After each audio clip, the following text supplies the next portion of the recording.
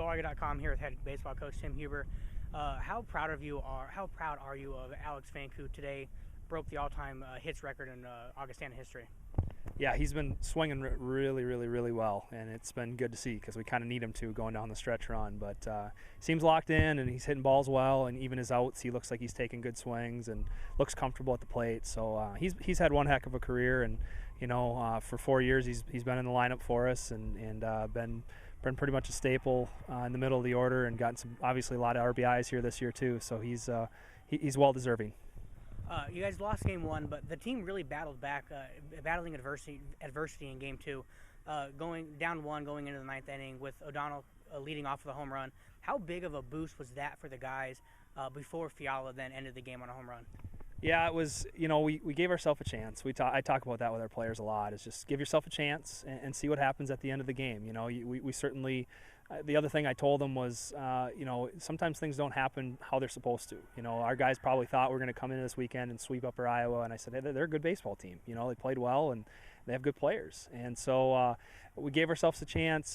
Patrick was probably O'Donnell, the guy we wanted to be up in that situation, and he's been unbelievably hot and hitting a lot of barrels and hitting the ball hard. And thankfully he got it over the fence to get us going. And then Fiala probably, we talked to him afterwards, he got jammed maybe a little bit, but he got just enough of it to get it over. And so that was kind of a fun way to finish the weekend. And a senior getting the game winner was pretty cool.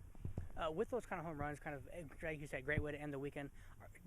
Are those plays that kind of will help maybe push any team, especially Augustana, up maybe a pedestal as the season comes to an end and teams are battling for a position in the NSIC tournament? Yeah, I hope so. I mean, we know we're talented enough. It's just we got to show up and play hard and get after it, and sometimes maybe compete a little bit more than we have recently. We've been swinging the bats really well overall. Now we'll face probably some better pitching down the stretch, and we'll see how that works out. But we need to be more consistent on the mound. We've talked about that with our guys. Don't try to do too much. Just execute pitches and keep us in the game. And we're going to be fine on offense, and we've been playing good defense all year. But yeah, when you win games like that and that kind of style, you have confidence that you can come back if things don't go well early. And we'll see how the conference race turns out.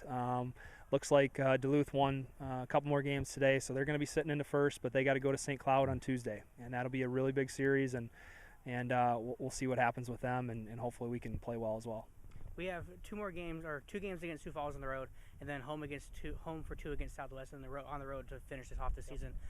Knowing that you guys have already gone on been on the road for 18 games, are road games kind of almost a home game setting because the team's so familiar with it? And do you think that'll give you guys a boost as the games come to an end?